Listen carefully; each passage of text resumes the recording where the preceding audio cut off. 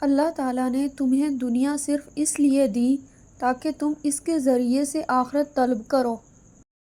آہستہ بولنا، نیچی نگاہ رکھنا، میانہ چال چلنا ایمان کی نشانی ہے۔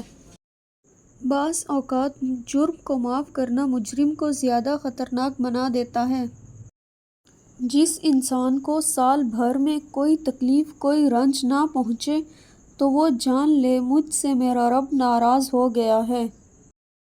تلوار کا زخم جسم پر ہوتا ہے اور بری گفتگو کا روح پر۔ اگر آنکھ روشن ہے تو ہر چیز روز حشر ہے۔ اگر تو گناہ پر آمادہ ہے تو کوئی ایسا مقام تلاش کر جہاں اللہ نہ ہو۔ وہ شخص بہت ہی گنہگار ہے جس کو لوگوں کی برائی کے لیے وقت ملے۔ جب زبان اصلاح پذیر ہو جاتی ہے تو دل نیک ہو جاتا ہے۔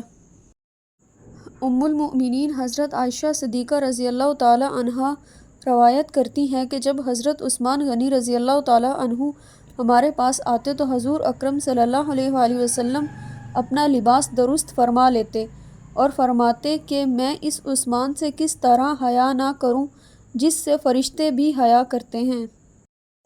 تعجب ہے اس پر جو تقدیر کو پہچانتا ہے اور پھر جانے والی چیز کا غم کرتا ہے۔ دنیا و آخرت میں کام آنے والا وظیفہ صرف اور صرف اللہ کے حبیب حضرت محمد صلی اللہ علیہ وآلہ وسلم پر درود شریف بھیجنا ہے۔